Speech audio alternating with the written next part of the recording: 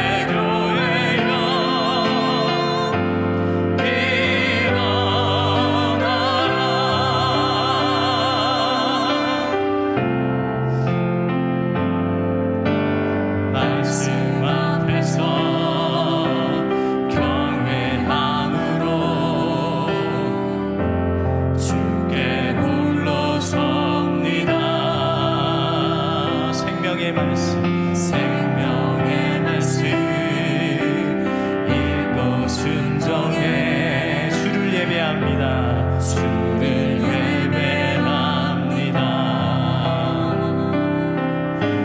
기록된 말씀 힘이 있어서 진리로 우리 거룩해 하며 거룩한 말씀 세세 영원히 복음이 되어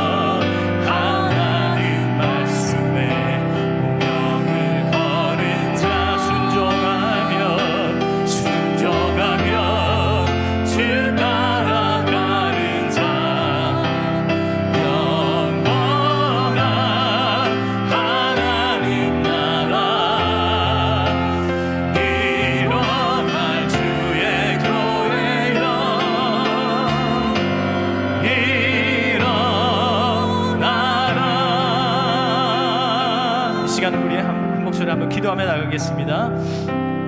묵상 나누고 함께 세 번째 시간입니다. 이 시간들을 통하여 진정 하나님의 말씀을 사모하고 그 말씀 속에 더 깊이 빠져들고 하나님을 더 알아가는 귀한 시간 될 수 있게 하여 주옵소서. 그리고 진정 목사님께서 귀한 묵상의 말씀들을 가르치실 때 그 방법들을 가르칠 때 잘 이해되게 하시고 잘 훈련받아서 하나님의 말씀을 올바로 관찰하고 해석하고 적용해서 우리의 삶의 변화가 일어날 수 있는 귀한 시간 될 수 있기를 위해서 우리 주여 한번 부르짖고 기도하며 나가겠습니다. 주여, 주 하나님 아버지 감사합니다. 사랑합니다. 하나님의 말씀은 생명의 말씀입니다. 나의 삶을 변화시키는 생명의 말씀입니다. 아버지 하나님 이 시간들을 통하여 하나님을 사랑하는 마음을, 하나님 말씀을 사모하는 마음을 부어주옵소서.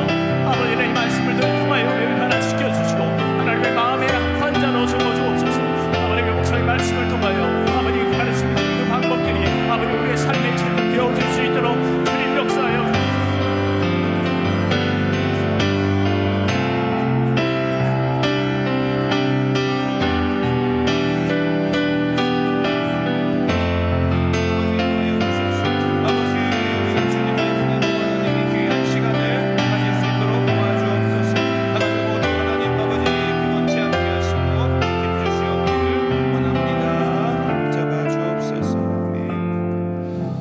감사합니다. 우리 오늘도 이제 세 번째 강의 시작합니다. 하나님, 우리가 묵상에 잘 준비되게 하여 주시고 귀한 공부 시간 되게 하시고 하나님 잘 배워 하나님 우리가 주님 앞에 부끄러울 것이 없는 하나님 앞에 인정된 자 말씀을 잘 분별하는 그런 일꾼들이 되게 하여 주옵소서. 감사합니다. 예수님의 이름으로 기도드립니다. 아멘. 아멘.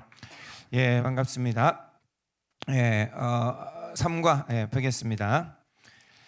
예, 오늘도 좀 보니까 그 강의 시간이 또 우리 오늘 하루 종일 또 피곤해가지고 빨리빨리 좀 지나가고 제일 재미없는 시간이 강의 시간인 것 같아서 강의 빨리 지나가고 묵상하니까 눈이 반짝반짝 조별로 나누니까 반짝반짝해서 오늘은 조도 변경됐습니다. 네, 오늘 또 조금 조 가지고 계신가? 네, 가지고 있죠. 나중에 발표해 주시고 그래서 오늘 또 다른 조로 해서 좀 나눈 시간 가지면 그때 우리가 묵상은 그때 다 배우는 것 같습니다. 조장님들을 우리 훈련을 그 이전에 몇 달 동안 훈련을 해가지고 세운 것처럼 너무 그 각 조가 너무 잘해가지고 그 조에서 그렇게 나누면은 그걸로 진짜 다 충분한 것 같습니다. 맞습니다. 이 공부는 글로 배우는 게 아니라 묵상을 실습하고 나누는 것으로 다 배우니까 그때 다 배워집니다. 몰라도 누가 옆에 누가 어떻게 하는가 그냥 그대로 따라하면은 다 배울 수 있는 줄 압니다. 오늘도 그러나 강의로 잠깐 시간 가지겠습니다. 3과 해석의 원칙들 이 부분을 오늘 좀 해보겠습니다. 여호수아 1장 8절부터 우리 같이 한 목소리를 읽겠습니다. 시작. 이 율법책을 내 입에서 떠나지 말게 하며 주야로 그것을 묵상하여 그 안에 기록된 대로 다 지켜 행하라. 그리하면 내 길이 평탄하게 될 것이며 내가 형통하리라. 아멘. 이 말씀은 묵상에 대한 강조되는 말씀이죠. 9절이죠. 옛날에도 읽었죠. 우리가 주님께서 우리 가운데 딱 이 답이 나와 있습니다. 주야로 하나님의 말씀을 묵상하는 사람, 이것이 정말 중요하다. 그리고 이렇게 하면 우리는 평탄하게 되고 내가 형통하다. 이 말씀을 우리가 항상 기억하고 하나님의 말씀을 더 많이 먹고 배우는 우리들 되기를 원합니다. 우리가 첫 번째 시간 그런 얘기 했죠. 목사님이 해주는 밥만 언제 먹고 살 건가? 이제는 스스로 매일매일 아침마다 밥해 먹는 우리들이 되기를 원합니다. 알겠죠? 네, 충분히 우리는 먹을 수 있고 그리고 물론 어려운 성경의 부분도 있습니다. 배경도 잘 모르고 무슨 말인가 히브리어로 원래는 무슨 말인가 모릅니다. 그러나 우리가 너무 어려운 거는 남겨두고 우리가 알 수 있는 것들 다 있습니다. 하나님께서 오늘도 우리 가운데 말씀하실 수 있다는 것을 기억하고 묵상하는 우리들 다음에 되면 좋겠습니다. 자, 잠깐 보면은 다음 4관은 적용과 실천의 실제 요게 있고요. 5관은 이제 나눔에 대해서 이렇게 나옵니다. 벌써 세 번째 왔으니까 이제 오늘 하고 나면 두 번만 하면 마치니까 아이고 이게 주일마다 피곤해서 죽겠다 못하겠다 그렇게 생각하시는 분들 조금만 이제 진행하면은 끝나니까 힘내시면 되겠습니다. 예, 우리가 묵상에 대해서 하는데 묵상은 해석의 부분을 우리는 다 지나갈 수밖에 없습니다. 해석도 안 하고 적용을 할 수가 없습니다. 그냥 글자가 있다고 그냥 막 적용을 하면 안 됩니다. 그러나 우리 그래서 해석이란 부분들을 배워야 되는데. 자, 해석이란 게 이게 쉽지는 않습니다. 아무나 할 수는 없습니다. 그러나 깊이 있는 해석은 뭐 공부하고 싶으면 더 하셔도 되고, 그러나 우리가 이 말씀을 관찰함을 속에서 하나님 우리 가운데 이 말씀이 무슨 뜻인가 이해하게 해주십니다. 성령이 우리 가운데 도와주시죠. 그래서 우리가 저절로 해석이 되는 부분들이 있는데 오늘은 해석의 원칙들, 좀 주의해야 될 것들, 이런 시각들 어떻게 우리가 하나님의 말씀을 봐야 되는가, 좀 조심해야 될 거나 이런 것들을 몇 가지만 얘기합니다. 다 가르칠 수도 없고 신학교에서 이거 뭐 3년 동안 대학교는 4년 동안 가르치는 그런 거잖아요. 우리가 다 할 수 없습니다만 조금이라도 맛보고 하면 좋겠습니다. 자, 1번 바로 들어가겠습니다. 오늘은 해석이란 무엇인가 한번 읽어보겠습니다. 같이 시작. 성경 본문을 바르게 이해하는 것이라 할 수 있으며 문자적인 의미와 함께 나아가 하나님의 의도를 이해하며 본문의 뜻을 정확하게 파악하는 것이다. 예, 본문의 뜻을 파악하는 것, 이게 쉽지 않지요. 그러나 이제는 우리가 하긴 해야 됩니다. 어쩔 수 없습니다. 글을 보고 뭔지도 하나도 모르겠어, 무슨 말인지 하나도 모르겠다, 잠만 온다, 그렇게 하지 마시고 이제는 하나님의 말씀을 우리는 배워가야 되는데, 그래서 밑에 원칙들이 있습니다. 자, 2번 해석의 원칙 있죠. 자, 1번 있습니다. 배경을 염두에 둬야 된다. 예. 성경을 볼 때 우리가 잘 알지 못하지만 이제는 배워가야 됩니다. 그래서 배경 공부도 많이 해야 됩니다. 그 신랑이 올 때 신부가 있고 들러리가 있고 기름을 준비해서 등불을 들고 있고 왜 이런 일이 있는가? 그 이스라엘의 그 배경들, 어떤 식으로 이들의 문화 이런 것들도 공부해야 알지 그냥 마구 그냥 배울 수 없습니다. 그런 것들이 있고 또 하나님의 그 이스라엘의 농사법도 있어요. 농사법. 이스라엘 농사법은 비가 내리면은 이 파종을 하고 심고, 그러고는 또 좀 지나면 가뭄이 쭉 있다가 나중에 봄비라고 나중에 비가 확 내릴 때 그때 부쩍 곡식들이 크고, 그리고 그 우기가 지나면 이제 주수를 주수 맞죠? 주수를 하게 됩니다. 이런 이스라엘의 이런 이 희한한 또 농사 방법 이런 것들도 배우면 성경에 다 도움이 된다. 이게 무슨 말인가? 그래서 우리가 배경도 공부를 해야 됩니다. 그 배경은 은혜로 하나님의 성령으로 주시는 게 아닙니다. 공부를 해야 됩니다. 그래서 책들도 좀 읽고 인터넷에도 하고 또 AI 구글에게도 물어보고 제미나이 이런 데도 물어보고 해서 이 배경, 이스라엘의 배경이 어떤가, 이거는 뭐 다 나와 있는 거니까 그런 것도 배워야 되고, 그리고 이제 그런 자연적인 그리고 문화적인 배경만 아니라 이들이 지금 전쟁 때이며 이들이 어떻게 적국과 이스라엘 백성들은 블레셋이라고 하는 그 나라들이 이 다섯 개 연합군들이 있는데 미디안도 있고 뭐 어디도 있고 한데 그런 왜 이 사람들이 싸우고 있는가, 이런 전쟁의 분위기 이런 것들도 배울 수 있고 여러 가지를 이제 그 상황들을 알아야 그 말씀들을 이해할 수 있습니다. 그래서 그런 배경을 모르면 이제 역대상 말씀이 들어간다 하는데 배경을 모르고 그냥 막 읽으면 이해력이 떨어지겠죠. 그래서 우리는 자, 이런 부분들이 있습니다. 배경도 공부해야 되고, 자, 두 번째 있는데요. 이게 중요한 부분입니다. 1차적 독자에게 하는 메시지를 파악한다. 자, 이게 무슨 말일까요? 1차적인 독자에게 하는 메시지를 파악한다. 오늘 말씀을 읽었더니 사탄아 내 뒤로 물러가라, 이런 말씀이 나왔습니다. 그래서 하나님이 나에게 갑자기 왜 이러시지 하고 그걸 적용을 하려니까 막 힘들어요. 어떻게 적용을 해야 되는가? 그러나 이 말씀에 1차적 독자에게 하신 그 말씀을 해석을 해야 됩니다. 예수님이 왜 갑자기 화를 내시면서 사단아 물러가라 하고 나에게 얘기하나? 나에게 한 말이 아니죠. 베드로에게 한 말이죠. 베드로가 예수님이 이제는 어떻게 죽으실 것, 예수님이 땅에 오셔서 십자가 달려 돌아가실 것, 그것을 잠깐 얘기하니까 베드로가 항변하여 안 됩니다. 그런 일은 없습니다. 자기는 이제 예수님 편든다고 하는 말이죠. 안 됩니다. 예수님 그런 건 절대로 내가 용납 못합니다. 막 이렇게 달라드는 거죠. 그러니까 예수님이 했죠. 사람의 일을, 하나님의 일을 생각하지 않고 사람의 일을 생각한다. 사탄아 내 뒤로 물러가라 했어요. 자, 그때 1차적인 독자에게 예수님이 왜 이렇게 화를 내시며 말했는가?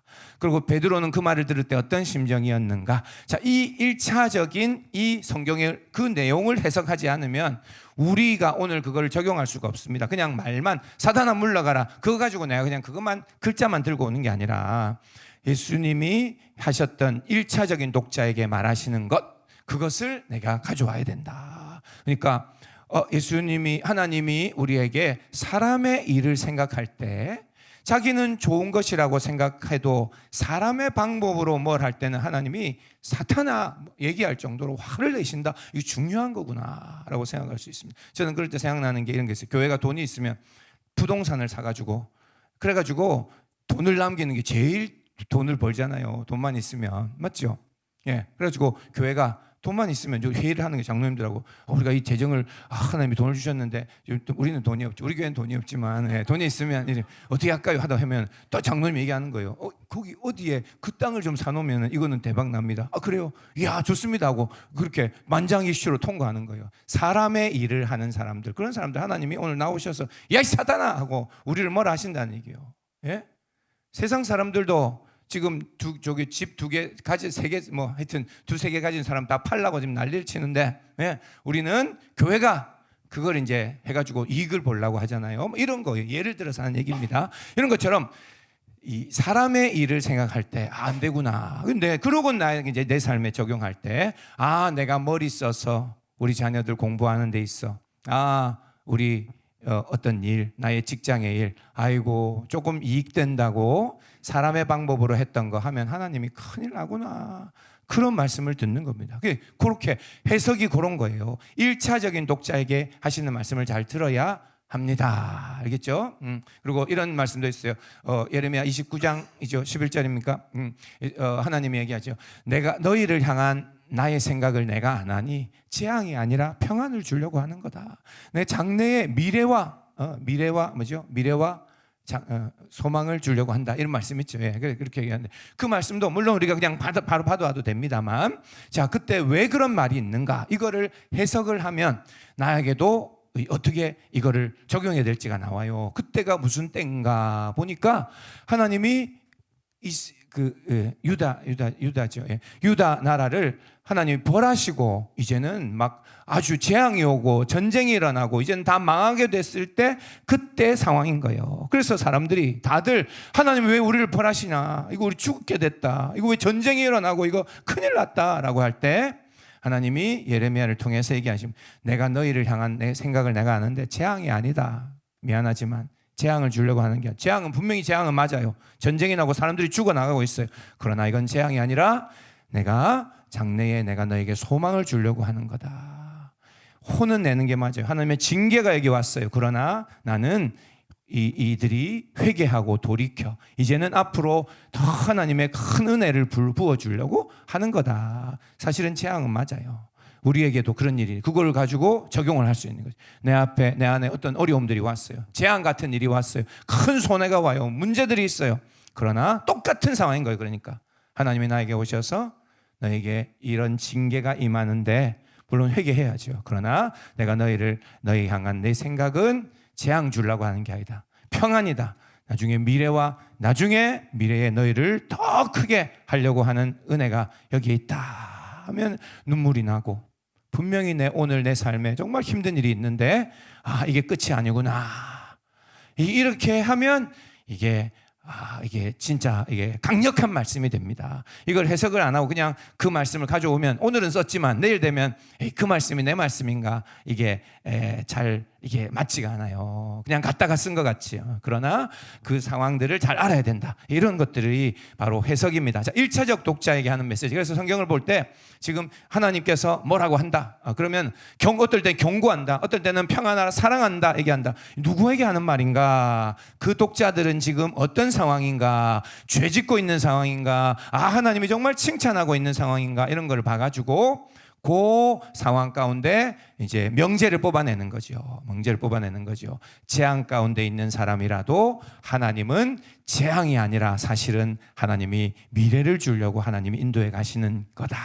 이걸 딱 뽑아내면 그걸 내한테 딱 적용하면 바로 직방되는 겁니다. 자, 1차적 독자에게 하는 메시지를 잘 아는 것, 이게 해석하는 데 중요한 어떤 부분들입니다. 물론 그런 원칙 정말 많습니다만 지금 몇 가지밖에 못 가르칩니다. 못 우리 얘기합니다. 자, 그다음에 3번 중요한 게 문맥을 따라 해석하는 겁니다. 문맥을 따라 해석한다. 지금 예수님이 칭찬하고 있다가 지금 어디에 왔는지, 지금 예수님이 지금 야단치고 바리새인들에게 독사의 자식들아 하면서 이제 말하는 건지 이런 문맥을 따라 해석을 해야 됩니다. 문맥을 따라 안 하면 그냥 말 가지고 그 말들만 예수님이 화낸 거다, 아니면 예수님이 이거 괜찮다 한 거다, 우리 마음대로 해석할 수 있습니다. 그래서 문맥이 중요하다. 우리가 오늘도 묵상 구절이 5절이 나왔다. 그런데 이 말이 지금 어디서 나왔나? 그 전날, 전전날 혹시 묵상을 못했다 그럼 들여다봐야 됩니다. 그리고는 그 전날 지금 어디에서 여기까지 왔는가? 그게 제일 중요하죠. 우리도 그래요. 사람이 애니에게 애니야 이러면서 뭐라 해야 될까? 오늘은 예쁘네 이렇게 했다. 그 문맥이 있다. 어저께 무슨 일이 있었길래? 그 사람의 의도를 이제 잘 파악해야 되는 거죠. 하여튼 그런 겁니다. 예를 잘 못 들어가지고 하여튼 그런. 그래서 우리가 지금까지 어떻게 지나왔는가, 지금 어떤 흐름으로 왔는가 그런 게 중요합니다. 그래서 한 가지 밑에 예가 하나 있는데, 자, 한번 마가복음 4장 30절, 32절 요 말씀을 한번 봅시다. 또 이르시되 우리가 하나님의 나라를 어떻게 비교하며 또 무슨 비유로 나타낼까? 우리 박임석 장로님 한번 읽어주실래요? 31절.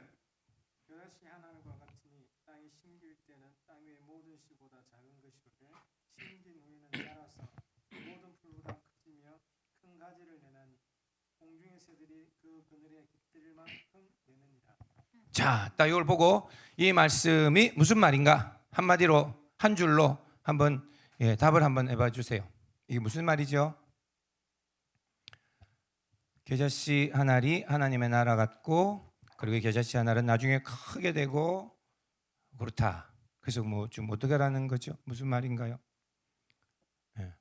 규성 형제님 한번 답을 해주세요. 뭐 하라는 거예요? 우리 보고?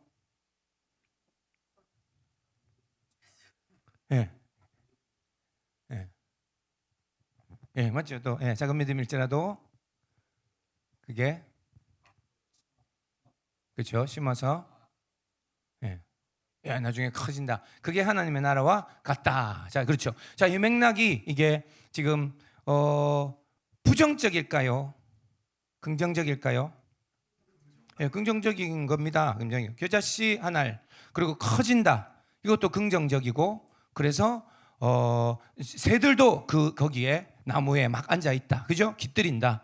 하나님의 나라는 이런 거다. 그러니까 우리도 금방 얘기했듯이 작은 믿음도 나중에는 커지고, 그래서 새들도 날아오고 할 정도로 이런 하나님의 나라가 이루어지니까 우리도 그걸 기대해라. 우리 삶에 내가 믿음이 작을지라도 하나님이 내 믿음도 크게 하시고, 우리 교회도 우리 믿음도 하나님께서 은혜 주시고, 어떤 그런 것이요. 근데 이걸 가지고 맥락이 그건 건데, 맥락이 그런 건데 맥락을 다르게 해석하면 어떤 일들이 일어나는가? 이거는 저기 유튜브 봐도 있을 수 있는데,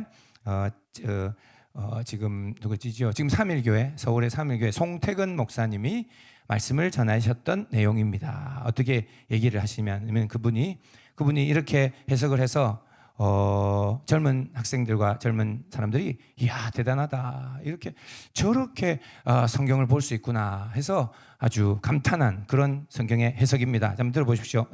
자, 뭐 무슨 얘기를 하냐면은 자, 이게 겨자씨 한 알이 나중에 커지잖아요. 근데 그 위에 나무들이 새들이 날라와서 거기에 앉았어요. 성경에 보면은 새는 길가에 뿌려진 그 씨를 뿌려진 비유에서 나올 때 새들이 와서 그걸 쪼아 먹었잖아요. 그죠? 새들은 안 좋은 걸 얘기합니다. 그래서 이렇게 나무가 커져가지고 그렇게 되면은 안 좋은 일이 많아요. 안 좋은 것들이 많이 꼬여요. 그래서 너무 커지면 안 됩니다. 그래서 우리도 이렇게 겨자씨만한 게 이렇게 커질 때 너무 빨리 성장하니까 교회들 봐요. 그러니까 나중에 안 좋은 것들이 꼬이고 그래서 무너지는 일들이 많습니다. 그래서 오늘 여기 말씀은 우리가 말하는 거는 이렇게 안 좋은 그런 것들이 이렇게 너무 커져가지고 거기에 그런 것이 안 좋은 것이 가득하지 않도록 우리가 조심해야 된다. 그런 말을 지금 얘기하고 있는 거예요. 하나님의 나라는 그래서 그렇게 빨리 성장하고 그렇게 되면 안 된다. 이것을 얘기하는 겁니다. 오늘도 우리 같이 기도합시다. 우리 성장에도 성장만 하지 말고 우리 중심이 중요하지. 그래서 우리가 주님 앞에 은혜 받고 커지는 것만 소망하지 맙시다. 아멘. 아멘. 그렇게 하는 여기 말씀입니다. 자, 어떻게 생각하세요? 아주 은혜로운 말씀이고 생전 못 들어본 말씀이기 때문에 그래서 감격합니다. 어떤 젊은 많은 사람들은 그래서 뜹니다. 그러나 맥락이 지금 여기에 이 맥락이 무엇이냐 그것을 잘 봐야 한다 하는 겁니다. 그리고 이런 말씀도 있어요. 또 얘기가 나왔으니까 그런데 송태국 목사님이 이런 말씀도 했습니다. 과부가 2렙돈을 헌금함에 넣는 걸 보고 야 예수님이 얘기했잖아요. 이 여자가 모든 것을 이 덕에 넣은 것과 같다 그런 식으로 얘기했죠. 그 얘기는 그래서 그 맥락을 우리는 어떻게 해석을 합니까? 이건 하여튼 조금 애매한 것도 있는데 어떻게 생각합니까? 우리가 적은 걸 드려도 나에게 귀한 것을 드리면 하나님께서는 다 모든 것을 넣은 것으로 하나님 평가하신다. 이제 이런 것을 해서 적용을 하는 건데 송태국 목사님 한번 말씀하신 건 이런 말씀을 했습니다. 그 앞에 나오는 말씀이 그거예요. 바리새인들과 서기관들이 말씀을 어떻게 많은 그 헌금들이나 이런 것들 재산을 많은 하여튼 막 그런 그 앞에 많은 사람들의 그 재물을 좋아하는 바리새인들 그런 얘기가 앞쪽에 있었거든요. 어쨌든 근데 그 뒤에 그 말씀을 가지고 어떤 얘기를 해석을 하냐면은 이 여인에게 전 재산을 넣도록 한 이 바리새인들 나쁜 사람들이고 그리고 이렇게 자기가 가진 것을 모든 것을 그렇게 넣은 것을 예수님은 그것을 좋지 않게 보고 얘기하신 거다. 이 여의자 안 그래도 없는 사람이 2렙돈을 다 집어넣도록 한 그런 사람들이 있을 수 있냐? 우리는 그러면 안 된다. 그렇죠? 그래서 헌금 요구하지 말고 우리 헌금에 중요하게 하지 말고 그리고 주님 앞에 자원함으로 하는 거다. 이렇게 이제 말씀을 또 제가 다 들은 말씀. 하여튼 뭐 그런 것들이 있습니다. 자, 어쨌든 지금 얘기하는 거는 우리는 보면 압니다. 그 문맥을 따라 하고 한 번도 지금까지 그렇게 본 적이 없는 그런 해석을 하지 않도록 해야 된다. 우리만 똑똑한 게 아니거든요. 지금까지 많은 주석가들이 있었어요. 칼빈도 주석을 썼고 박윤선 목사님 우리나라 유명했던 그런 분도 주석을 썼고 다 그런데 보면은 다 어떻게 보는가 그런 시각이 있는데 나만 이거는 아닌 것 같다 이렇게도 생각할 수 있겠다 이렇게 하는 것은 조심해야 된다. 뭐 그런 것도 있고 됐습니다. 그만하고 넘어가겠습니다. 자, 이런 부분들을 보면서 우리가 조금 어떤 힌트를 얻기를 원합니다. 자, 4번 하나님의 의도를 파악한다. 다음 장 넘어갔습니다. 그래서 우리는 하나님의 의도를 파악해야 됩니다. 하나님의 성품을 아는 것이 중요합니다. 알겠죠? 우리가 하나님을 아는 만큼 성경을 볼 수 있습니다. 우리가 성경만 보면은 하나님을 다 알게 된다고 얘기할 수도 없어요. 그러니까 성경을 무턱대고 그냥 지식적으로만 그냥 보면 하나님을 다 알게 되는 게 아닙니다. 하나님을 만나야 되고 예배 가운데도 하나님의 성품을 알아야 되고 이게 체험도 있고 믿음이 자라가야 성경도 해석이 됩니다. 목사님이 신학교에서 다 배운 것만 가지고 열심히 말씀을 전할 수 있지만 정작 하나님은 정말 모르는 목사님이 앞에서 말씀을 전할 수도 있다. 신학교 교수님들이 다 그런 거 아니지만 대체로 하나님을 잘 모른다. 학문으로 공부했기 때문에 그런 일이 일어날 수 있다 하는 겁니다. 차갑고 우리는 그래서 이 성경 묵상을 하면서 하나님의 의도를 파악한다. 이게 참 중요한 것 같고 하나님의 성품을 아는 것이 중요합니다. 내가 만났던 하나님이 오늘 이 말씀 안에서 나오시는 거예요. 하나님이 나를 책망하는 하나님, 말 보기만 하면 나보고 네가 그래 살면 되겠나 하고 수연아 이러면서 자꾸 책망하는 하나님이 나는 알고 있다. 그러면 오늘 성경 말씀에도 그것만 보이는 거예요. 왜 그런 일이 있나?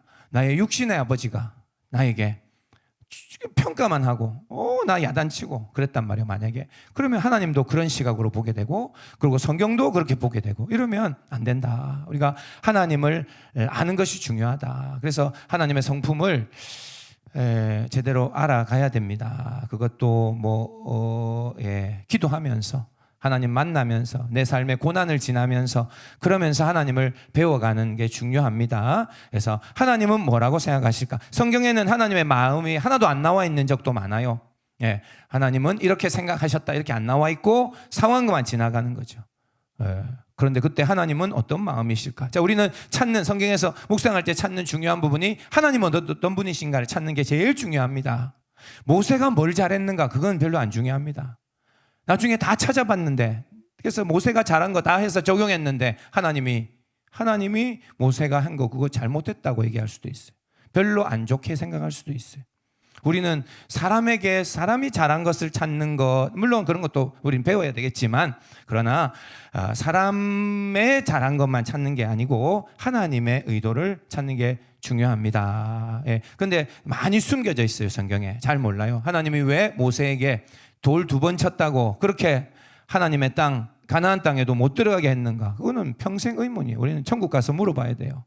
하나님 뭐 그렇게까지 하실 수 있는가? 그렇게 평생을 주님 앞에 40, 3, 40, 120년 동안 주님 앞에 헌신했는데 돌 2번 쳤다고 그렇게 잘라버리면 어떻게 되냐? 그 이해가 안 되는 부분이에요, 사실. 그래서 그런 거를 하나님의 의도가 무엇인가 하나님 앞에 배워가야 되고 그래서 저는 그렇게 해석만 하지 않습니다. 돌 2번 쳤다고 그건 이제 구속사적으로 이런 얘기합니다. 돌은 반석은 그리스도이기 때문에 그리스도를 2번 치면 예수님이 2번 죽으셔야 된단 말이냐. 이렇게 해석하거든요, 사실. 그래서 그런 것을 하나님 말씀하고 있기 때문에 돌을 2번 치는 것은 아주 중요한 부분이기 때문에 하나님 야단쳤다 이런 얘기도 할 수도 있고 온유함을 끝까지 유지해야 되는데 모세가 온유하지 않았다 이런 얘기도 할 수 있고 한데 이제 그럴 때 하나님의 의도는 무엇이었는가? 저는 하나 더 찾은 게 그 가나안 땅 들어갈 때 모세를 뺀 것은 여호수아를 세우시기 위해서 일부러 뺐다. 그건 성경에 이제 그 돌 2번 친 것과 관계 있게 얘기는 안 나옵니다만 돌 2번 친 거 잘 못했겠죠. 그러나 굳이 가나안 땅으로 들어갈 때 모세를 뺀 것은 하나님께서 다음 리더를 세우시기 원한 하나님의 마음이 있었을 것이다. 그런 것들을 생각합니다. 하여튼 그러니까 하나님의 의도가 성경에 다 안 나와 있겠네요. 그래서 그런 것들 물론 하나님의 뇌피셜이죠. 뇌피셜. 내 생각으로 그냥 넘겨짚는 것만 하면 안 됩니다. 그러나 성경에 그런 근거들을 찾아야죠. 하나님이 이 근거들을 찾아서 그것까지 묵상하는 그런 거는 할 수 있고. 자, 그렇습니다. 자, 그다음에 한 번 더 나옵니다. 그다음에 예를 들어서 하나 나와 있죠. 기드온의 양털 시험. 기드온의 양털 시험 알지요? 기드온이 이 전쟁에 하나님께서 장군으로 쓰시려고 하니까 난 못합니다 할 때 그러면 하나님 징조를 보여주십시오 해가지고 양털 깎는 사람이니까 양털이 많이 있는데 집에 그죠? 양털을 바깥에 놔뒀을 때 뭐가 문제인지 잘 모르겠습니다. 바닥은 다 마르고 양털만 흠뻑 젖어 있으면 내가 믿겠습니다. 그렇게 했죠. 근데 그 일이 일어났죠. 근데 이거 내가 이거 잘못했나? 원래 이런 건가? 자연 현상이. 그래서 뒤집어서 얘기하죠. 양털은 바짝 마르고 온 땅은 다 젖어 있고 이렇게 그거 2번이나 하잖아요, 그죠? 그래가지고 이 기도원이 졌습니다. 하나님이 이렇게 응답을 해주셨으니까. 자, 여기에 하나님께서 우리 가운데 무엇을 요구하실까요? 무엇을 적용할 수 있을까요? 네, 무엇을 적용합니까? 적용했던 거 뭐 있습니까? 이걸 보고, 예, 박철민 목사님. 이 양털 시험을 하면 생각나는 그럼 나는 어떻게 적용을 한 적이 있습니까?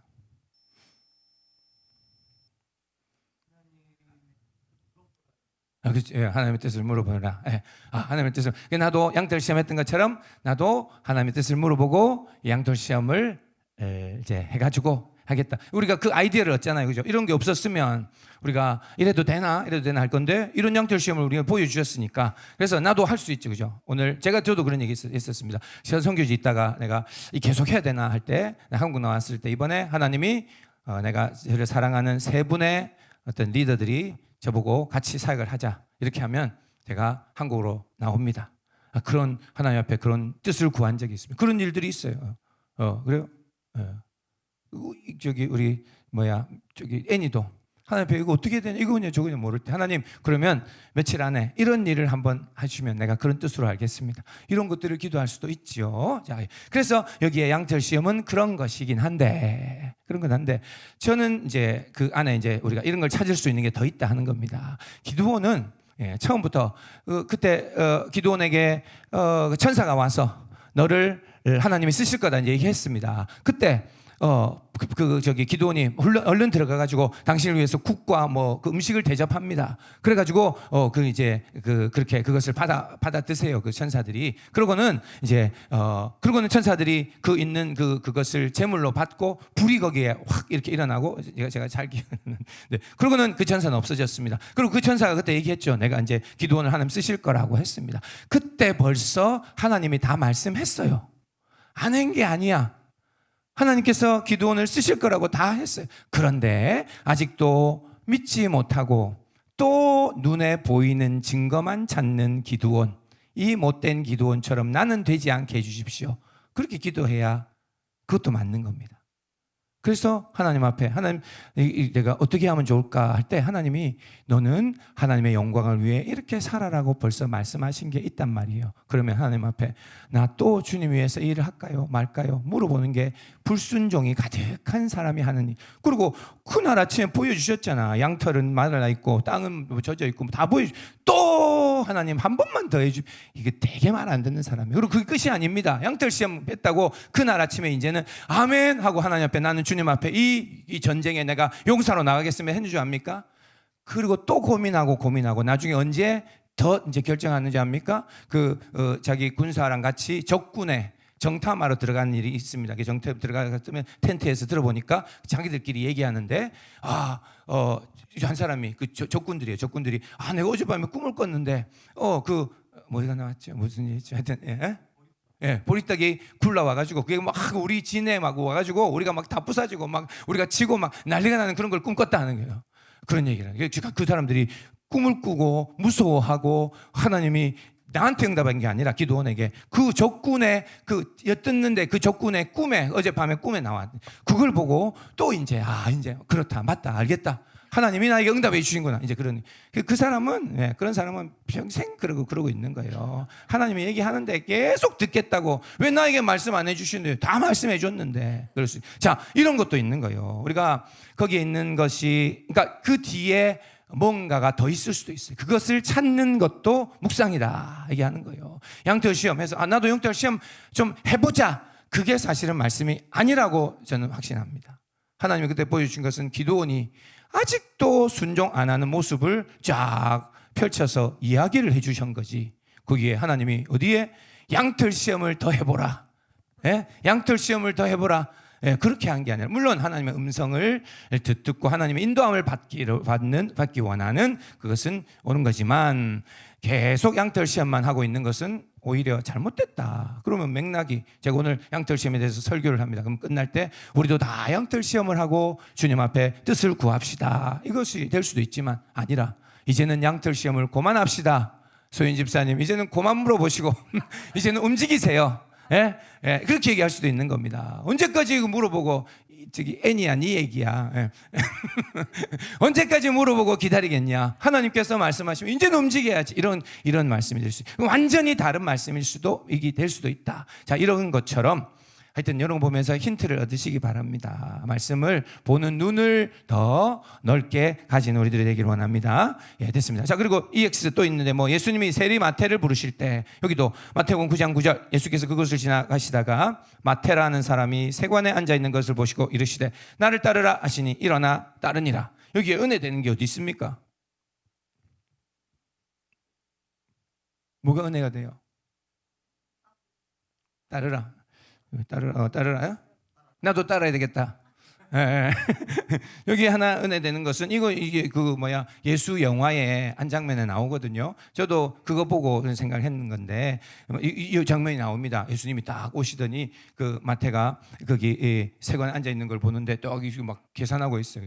예수님이 딱 오더니 딱 보고 눈이 쫙 마주칩니다. 음악이 쫙 흐르고 그리고는 요거 똑같이 합니다. 뭐 별거 없어요. 이르되 나를 따르라 이럽니다.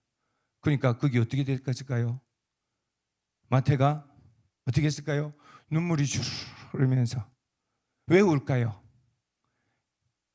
세관에서 일하는 사람은 아무도 들도 보지 않고 제일 못된 놈이고 제일 죄인인데 예수님 소식은 듣고 나도 예수님을 다 알고 이렇게 했는데 마태가 있었는데 예수님이 자기한테 오더니 걸어오는데 마태가 혹시 나한테 오는 건 아니겠지 했는데 오더니 마태한테 마태야 나를 따르라. 그때 그 자체로 그냥 눈물이 나고 나도 예수님 따라 나서는 거죠.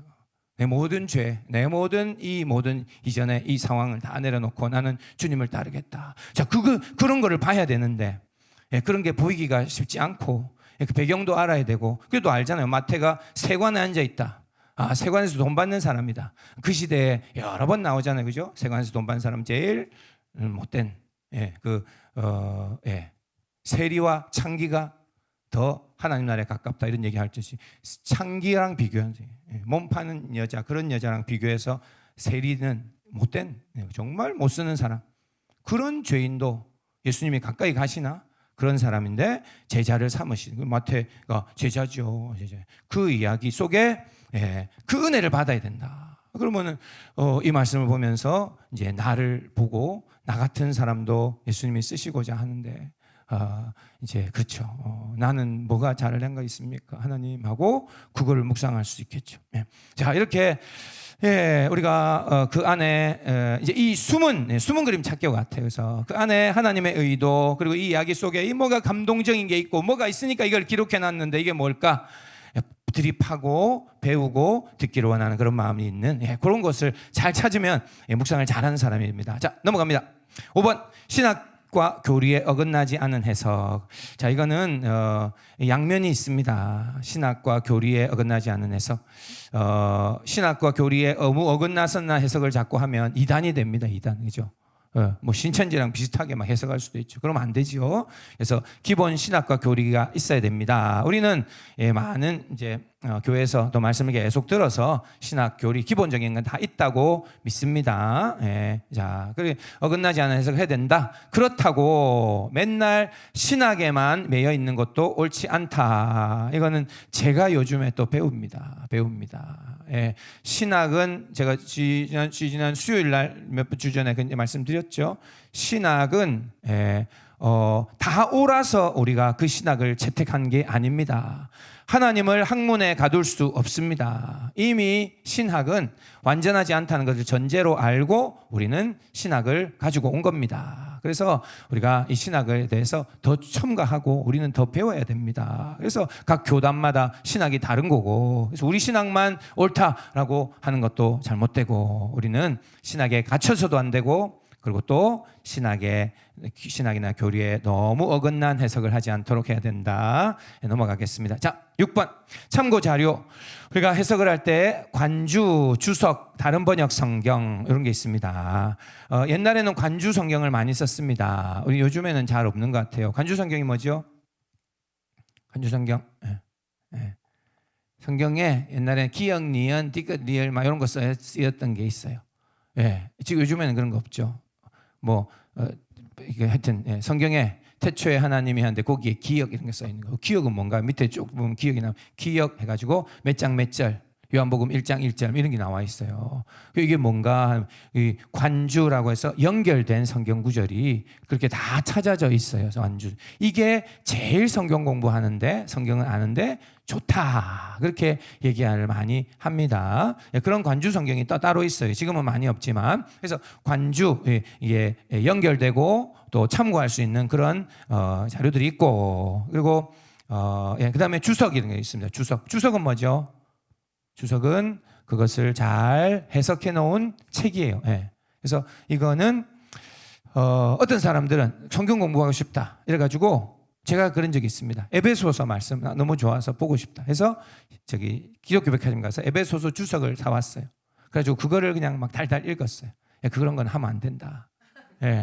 성경을 우리가 보고 그 말씀에 이게 무슨 말이지 하고 묵상하고 줄 긋고 생각하고 이게 뭔가 하고 또 다음 또 6개월 뒤에 또 보고 이러면서 하나님의 말씀을 배워가야지 참고서를 뒤다 보면 안 된다. 참고서를 뒤다 보면 거의 다 나와 있는 거죠. 그래서 주로는 이렇게 하면 안 되는데 그러나 이제 물론 저 같은 사람이 성경을 해석하다가 이게 아무래도 모르겠다. 이게 이 말인가 저 말인가. 그럴 때 주석을 찾아보고 그거를 답을 거기서 많은 사람들이 뭐라고 했는가 그것들을 찾아서 오류가 생기지 않도록 그렇게 쓰기도 합니다. 근데 이제 우리가 공부를 많이 하시는 분들은 주석을 공부할 수 있죠.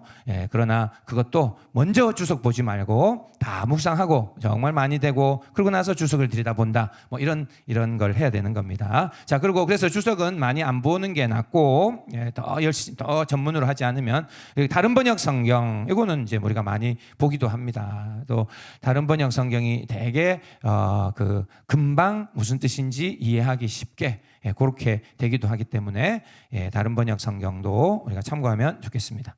이제 뭐 쉬는 시간을 해야 되나? 또 빨리 하고 마치겠습니다. 빨리 하고 이제 묵상을 하겠습니다. 얼른 들어가겠습니다. 자, 이것도 자 2번 주의할 해석 방법. 이것도 재밌는 건데 좀 이제 집중해서 한번 들읍시다. 자, 1번 알레고리적 해석 주의 이런 게 있습니다. 알레고리적 해석이라는 것은 모든 것을 다 연결해서 해석하는 것인데, 자, 예수님이 비유로 말씀하셨을 때 비유 안에 그 모든 그 대상과 뭐를 다 다 의미를 두게 해석하는 그런 겁니다.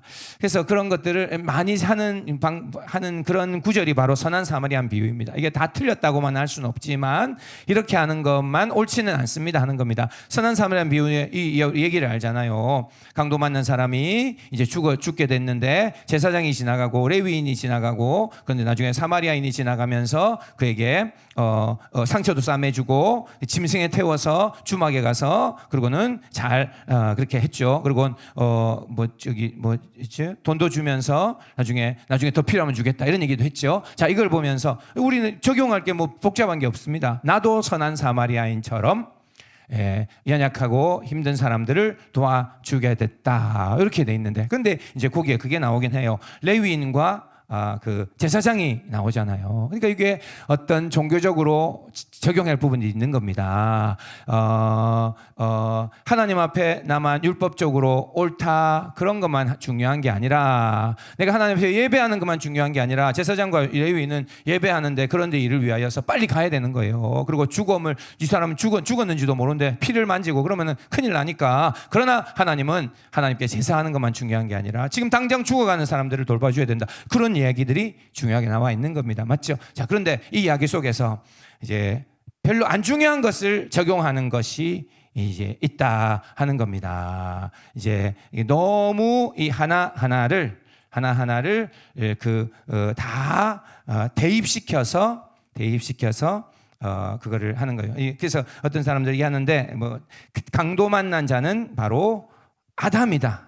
이렇게 얘기를 하기도 하고, 그리고 예루살렘에서 이제 여리고로 내려가는데, 물론 예루살렘은 이제 은혜 있는 그런 곳이고, 그리고 하나님의 도성, 그리고 여리고는 아주 강도의 소굴이고, 이제 우리가 하여튼 이렇게 하나하나를 그냥 그 이야기에 예수님이 선한 사마리아인을 강조한 건데 그 안에 모든 것을 비유로 너무 다 해석하는 것은 옳지 않다는 것이 주의할 점입니다. 예, 그래서 사마리아인이 그리스도로 얘기할 수도 있고, 그리고 짐승은 여기 짐승을 태워서 가거든요. 사마리아인이 짐승에 태워서 갑니다. 이 짐승은 무엇일까요? 하니까 예수 그리스도의 육체다.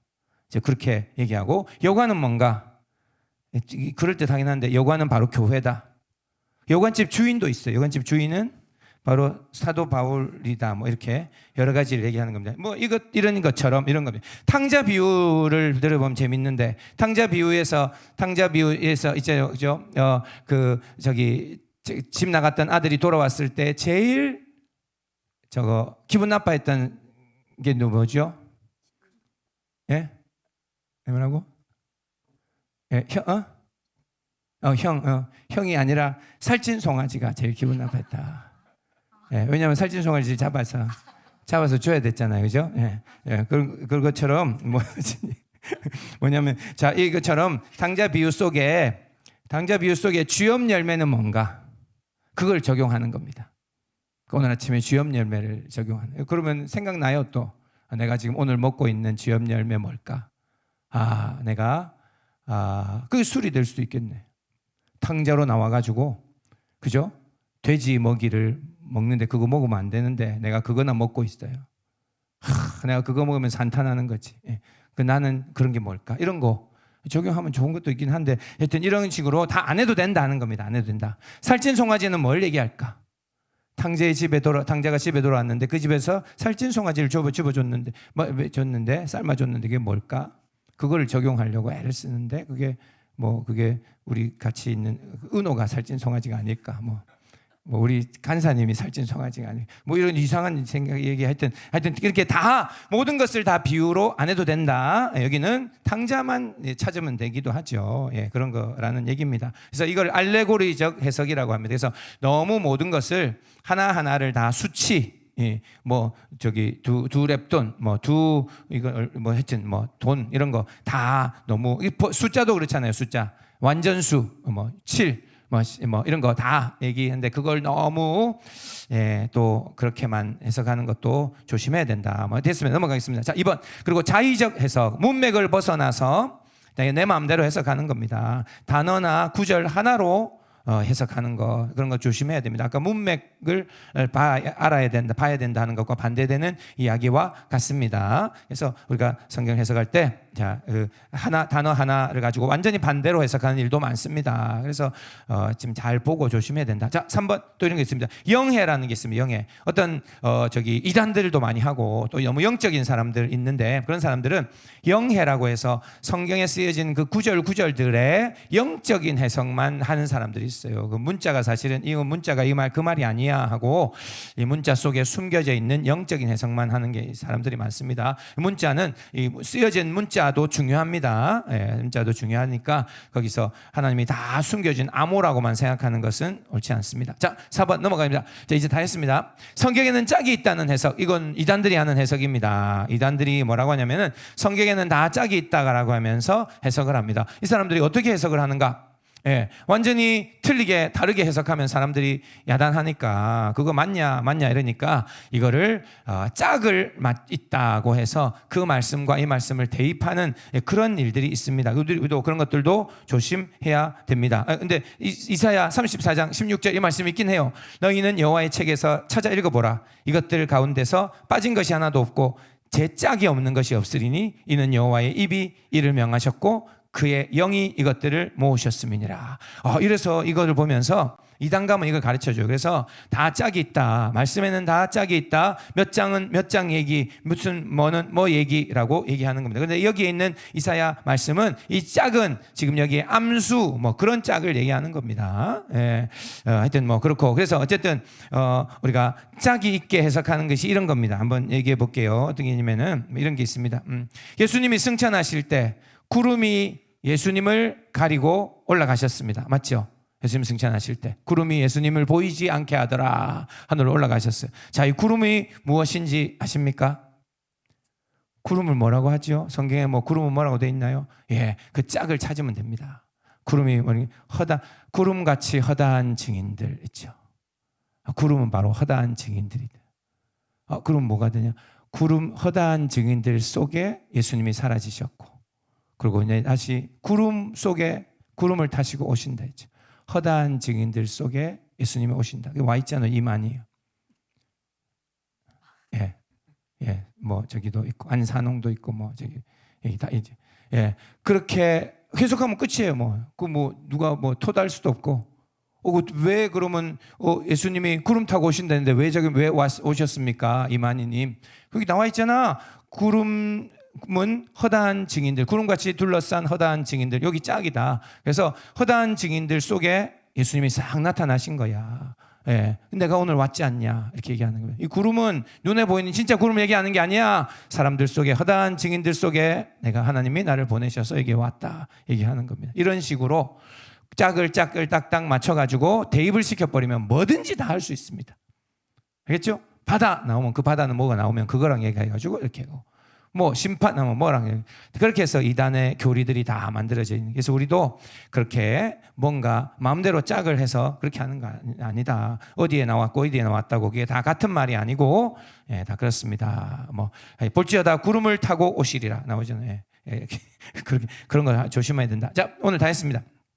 자, 뭐 이렇게 해석을 하는 것을 이렇게 갖고는 다 알 수는 없고, 그러니까 성경의 그 속에 숨은 뜻을 찾는 것을 우리가 해야 됩니다. 여러 번 읽고 묵상하고 또 생각하면서 그러다 보면은 하나님께서 그 말씀 안에 내가 오늘 찾아낼 수 있는 그런 해석의 여러 가지들 이제 찾아낼 수 있습니다. 해보시면 다 알 수 있고 어려운 것이 아니라고 믿습니다. 자, 오늘 고마겠습니다. 자, 묵상 실습. 시형 묵상 실습이라고 오늘 되어 있습니다. 관찰, 해석, 적용 다 한다는 겁니다. 해석을 한다. 물론 우리가 하나님은 어떤 분이신가 그것만 해도 뭐 해석이 안 들어가지는 않습니다. 그리고 관찰만 한다 그런 것만으로 다 끝나지 않습니다. 우리 지난주처럼 관찰을 잘하면 그 안에 해석이 나오는 거예요. 나도 지난주는 뭐 했죠? 지난주 성가대를 군대 앞에 세워서 전쟁에 나갔던 그 사람들, 거기서 무엇을 해석하셨나요? 하나님, 군대보다 하나님을 더 의지하고 하나님을 신뢰하고 그렇게 할 때 하나님께서 무수한 적군이라도 자기들끼리 싸워서 하나님이 천사를 보내셔서 그렇게 이기게 하신 그 일들을 우리가 지난주에 봤죠. 묵상했죠. 자, 그런 것처럼 우리 삶에도 이제 이런 저런 일들이 하나님 앞에 이제 그 해석하는 그런 작업을 통해서 우리가 적용까지 나가는 우리 되면 좋겠습니다. 자, 오늘 그만하겠습니다. 자, 그래도 벌써 시간을 1시간이나 다 했네. 자, 묵상 실습 이제 들어갑니다. 오늘 조가 어디 있나? 가지고 계시나요? 요건가? 이거 그거 제가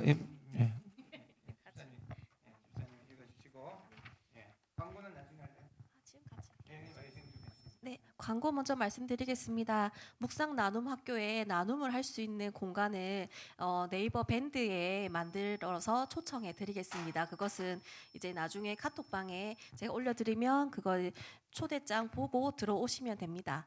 네, 그렇게 광고 드리고요. 조 말씀드리겠습니다. 이재구 집사님 조는요, 이혜지 자매님, 장영애 집사님, 박규성 형제 이렇게 하겠습니다. 이종희 권사님 조는요, 오애니 자매, 이소연 집사님 그리고 그렇게 하겠습니다. 네, 박철미 목사님 조는 류수근 집사님, 김수연 자매님, 장미자 집사님 하고요. 박임석 장로님 조는 김은호 형제님, 김정환 집사님, 주창국 집사님 이렇게 하겠습니다. 55분까지 목사님 하면 될까요? 네, 55분까지 네, 끝내겠습니다.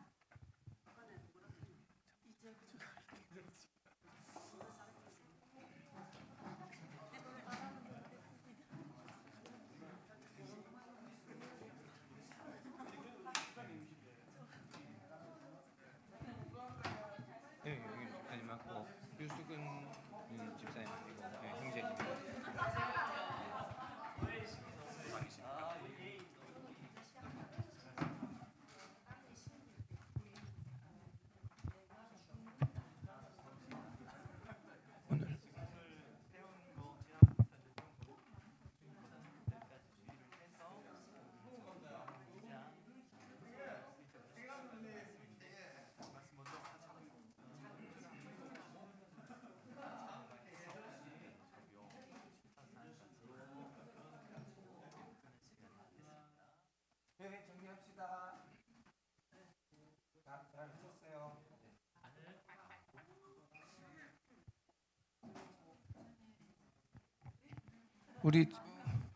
우리 조는 너무 은혜롭게 나눴다 이런 데 있어요. 예? 한 조만 딱 나누고 끝납시다. 우리 조는 우리 조가 제일 은혜로웠다 그런데. 예? 예? 우리 조가 제일 우리 중에 제일 은혜롭게 나눈 사람 우리 조에서 추천할 사람 없어요?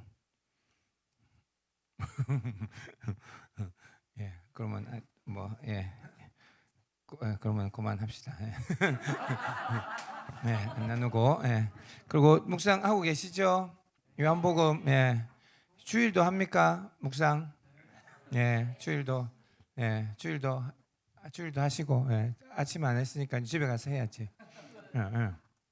그래서 묵상 쭉 하시고 그리고 이제 밴드 만든다고 됐듯이 우리 밴드 만들어서 초대할 거니까 그러면은 초대 그거 들어가 가지고요. 예, 가입 그거 뭐 수락해 주시면 거기 나올 거고 이제 월요일부터 내일부터 올리실 분을 올리시면 됩니다. 그래서 참고로 말씀드리면 옛날에 열심히 하신 분들은 색깔도 넣더라고요. 색깔도 넣어 가지고 그래 가지고 그 성경 구절도 쓰고 밑에 내가 이런 부분들 또 적용할 부분들 실천상 이런 거 써서 올리는 사람들이 있습니다. 그래서 어떤 분들은 잘 안 올릴 사람은 그런 누가 올리면 거기 얼른 댓글 달아가지고 너무 은혜가 됩니다. 나도 그렇게 살고 싶습니다. 이렇게 답만 잘 달아도 되고 그리고 또 묵상을 좀 올리면 좋겠습니다. 그래서 어떤 분은 묵상 거기에다가 그 맞는 사진도 그림도 올리는 사람들도 있었고 참 은혜롭게 올리는 사람들이 많이 있었습니다. 그래서 그렇게 좀 밴드에 올려서 우리가 많으니까 숫자가 하루에 20개씩 올라가면 이거 다 보기 힘들 건데 그럴 리가 없을 수도 있습니다. 그래서 그리고 한 1년 정도만 하면은 그러고는 이제 그만할 거거든요. 그래서 그 안에 부지런히 올려주시면 우리가 서로 기도도 되고 또 누가 기도 제목도 같이 올리면서 그렇게 하면 될 거고요. 평생 가지는 않습니다. 그래서 한 1년 정도 하면은 다 안 하더라고요. 그래서 밴드 처음엔 많이 올리다가 1년 정도 되면 아무도 안 올리고 우리 홍경아 우리 집사님만 올렸어요. 그래가지고 이제 다 그만 이제 폐지합니다. 그렇게 1기, 2기, 3기 다 그랬거든요. 그래서 우리도 한번 해보겠습니다. 그래서 올려주셔서 우리 같이 나누고 그리고 또 개인적으로 그 밴드뿐 아니고 나눌 수 있을 때 서로 나누고 이렇게 묵상하는데 열심을 내면 좋겠습니다. 네, 오늘 다 수고하셨습니다. 오늘은 이것으로 마치겠습니다. 다음 주에 뵙겠습니다.